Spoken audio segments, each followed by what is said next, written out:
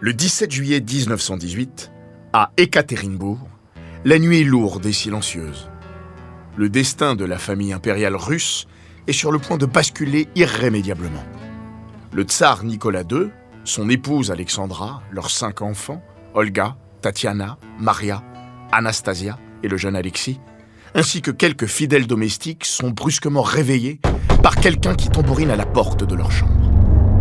Quelques jours auparavant, la famille a été déplacée en Sibérie, au départ pour être mise à l'abri face à la guerre civile qui faisait rage à Saint-Pétersbourg après la révolution de 1917. Mais la victoire bolchevique a transformé son exil en détention et elle est désormais retenue à la maison Ipatiev à Ekaterinbourg, au cœur de l'Oural. Au milieu de la nuit, des officiers ordonnent à chaque membre de la famille de s'habiller rapidement, sous prétexte d'un déplacement imminent pour leur sécurité, face à l'avancée des troupes blanches, ennemies des bolcheviks. L'atmosphère est tendue, imprégnée d'une peur sourde. Conduits à la cave de la maison, la famille et ses domestiques se retrouvent alignés contre un mur. Le tsar, déchu, comprend tout de suite ce qui est en train de se jouer. Alors, en tentant de réprimer un sanglot, il serre fermement la main de son fils. Malgré la peur qui le tenaille, il reste digne et son regard fixe le mur de pierre devant lui.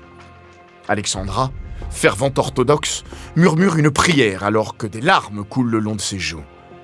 Les 4 grandes duchesses, Olga, Tatiana, Maria et Anastasia, vêtues de leurs robes de chambre, cherchent leurs parents du regard. Elles sont complètement paniquées. Pourquoi les officiers ne quittent-ils pas la pièce ? Des soldats bolcheviques, dirigés par un certain Yakov Youtovski, entrent alors, arme au poing et le regard nerveux. Youtovski, sans préambule, lit rapidement un ordre d'exécution. « Nicolas Alexandrovitch, vos proches ont essayé de vous sauver, mais enfin, nous devons vous fusiller. » Nicolas n'a pas le temps de réagir. Les premiers coups de feu retentissent presque instantanément dans la pièce sombre et exiguë. Un chaos s'ensuit. Les balles déchirent l'air et atteignent leur cible. Nicolas s'effondre le premier, suivi d'Alexandra, qui garde les mains jointes en murmurant des prières.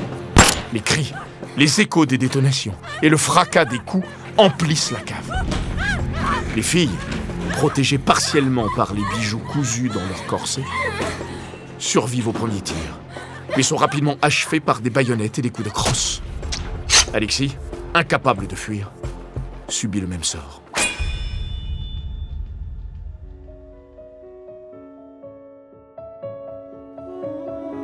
En quelques minutes, tout est terminé. Le sol est jonché de corps ensanglantés. Témoignage silencieux de la fin brutale et cruelle de la dynastie des Romanov. Les corps sont enveloppés à la hâte dans des draps par les bolcheviks. Transportés en camion jusqu'à une mine voisine et dissimulés de manière désordonnée. Comble de l'horreur, pour effacer toute trace, les corps sont brûlés avant d'être enterrés.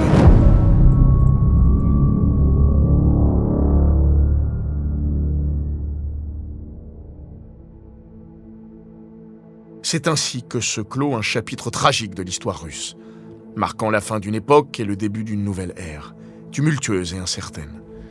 La mort des Romanov symbolise la violence et les bouleversements d'une révolution qui a changé à jamais le visage de la Russie. Un événement que Raspoutine lui-même aura prédit.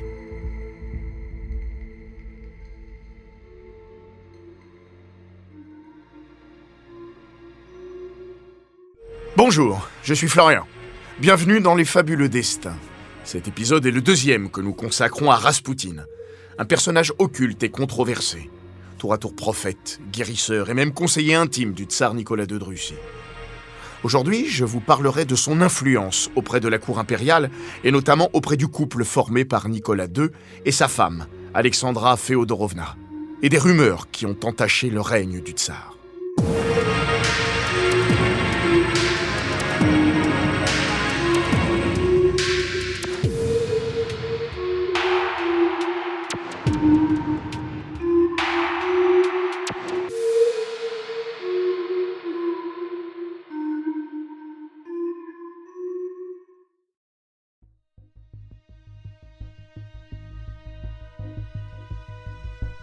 Nous sommes cette fois quelques années en arrière, en 1905. L'année a été mouvementée pour les Romanov, en tout point de vue. Elle démarre avec un événement marquant une rupture entre le tsar et son peuple. Le Dimanche rouge. Le 22 janvier, une manifestation pacifique de travailleurs s'est dirigée vers le palais impérial pour présenter une pétition à Nicolas II, demandant des réformes politiques, sociales et économiques afin d'améliorer leurs conditions de vie. Mais ce regroupement s'est rapidement transformé en bain de sang. Les militaires du tsar faisant feu sur les ouvriers sans sommation. Des centaines de personnes ont été tuées ou blessées, marquant au fer rouge la population. Le tsar, jusqu'à présent surnommé le Petit Père, devient ainsi Nicolas le Sanglant. D'un point de vue personnel, la vie des Romanov est également mise à rude épreuve. Après avoir mis au monde 4 filles, aux grandes dames de sa famille et des monarques du monde entier, la tsarine Alexandra donne enfin naissance à un garçon, Alexis, en août 1904. Le bonheur, de courte durée, laisse place à une terrible nouvelle. Alexandra, porteuse du gène de l'hémophilie, a transmis ce dernier à son fils et seul héritier. Le tsar et son épouse sont anéantis par ce diagnostic qui compromet grandement la survie de l'Empire. À 1 an, le petit garçon a déjà failli mourir plus d'une fois. Il ne supporte aucun coup, ni la moindre égratignure, sous peine de déclencher une hémorragie qui peut lui être fatale. Ce malheur familial ne peut être révélé au grand public, ni même aux ministres.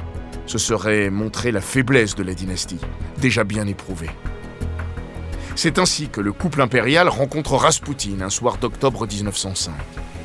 La princesse Militsa, membre de la famille, leur a chaudement recommandé de rencontrer ce drôle d'illuminé, homme de foi et guérisseur, pour venir en aide à leur fils.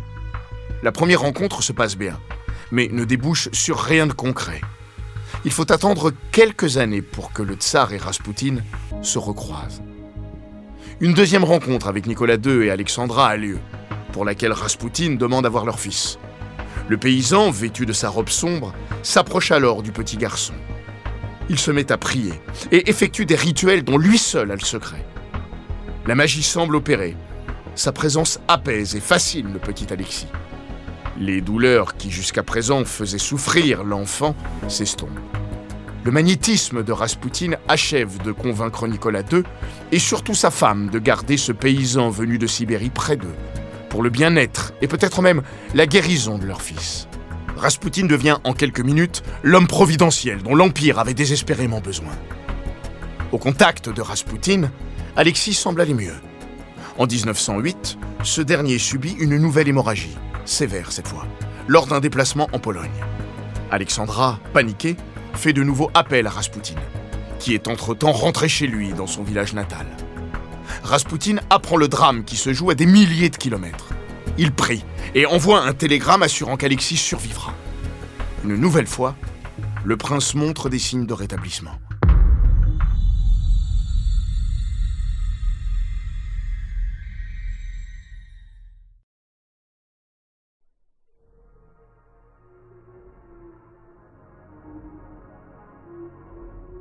Avant de continuer cet épisode, nous voulions vous remercier pour votre écoute. Si vous voulez continuer de nous soutenir, abonnez-vous à la chaîne Bababam Plus sur Apple Podcast. Cela vous permettra une écoute sans interruption. Ou bien, écoutez ce message de notre partenaire, sans qui ce podcast ne pourrait exister. Ne partez pas, on se retrouve tout de suite après.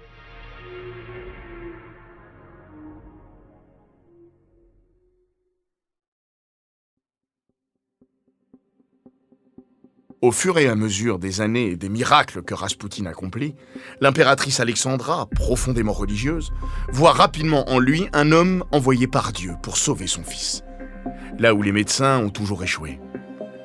Sa foi en cet homme qu'elle ne connaissait pas il y a encore quelques années devient inébranlable, à tel point que Raspoutine devient bientôt une personne influente à la cour.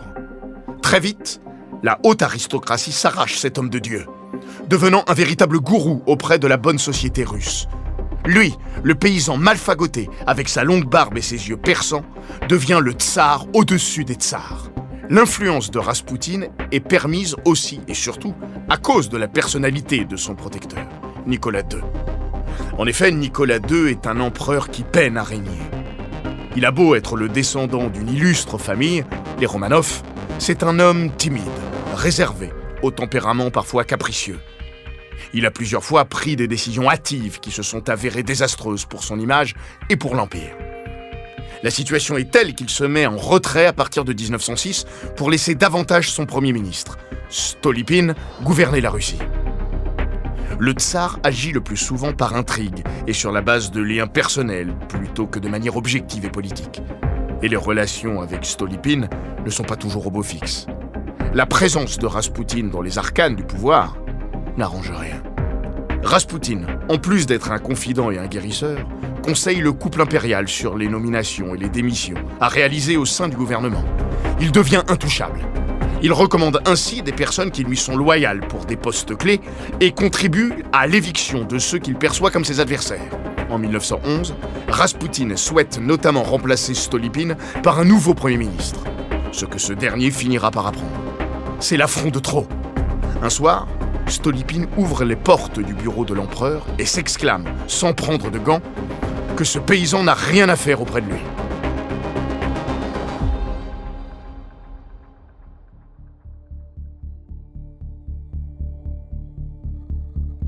En septembre de la même année, le Premier ministre est abattu lors d'un déplacement à Kiev. Bien évidemment, les rumeurs de complot fomentées par Raspoutine pour l'éliminer vont bon train. Mais à ce jour, rien ne relie Raspoutine à cet assassinat. Malgré les rumeurs, la frustration se fait de plus en plus ressentir parmi les membres de la cour, les ministres et même de la Douma, l'assemblée législative fondée par Nicolas II. Cependant, un événement majeur vient rapidement sceller à nouveau le destin de Raspoutine. Le 28 juin 1914, l'assassinat de l'archiduc François Ferdinand à Sarajevo plonge l'Europe, puis le monde entier, dans la Première Guerre mondiale. Le guérisseur, profond pacifiste, s'est toujours opposé à la guerre. Il avertit le tsar Nicolas II que la guerre serait désastreuse pour la Russie. Il l'implore même de conserver la paix et prédit des catastrophes si la Russie entre en guerre. Mais quelques jours plus tard, alors qu'il est de retour en Sibérie, il échappe de peu à la mort lors d'une tentative d'assassinat. Raspoutine survit et poursuit sa convalescence près de sa famille. En juillet 1914, malgré ses conseils, la Russie déclare la guerre à l'Allemagne et à l'Autriche-Hongrie, entraînant ainsi le pays dans un conflit dont il n'arrivera pas à se relever.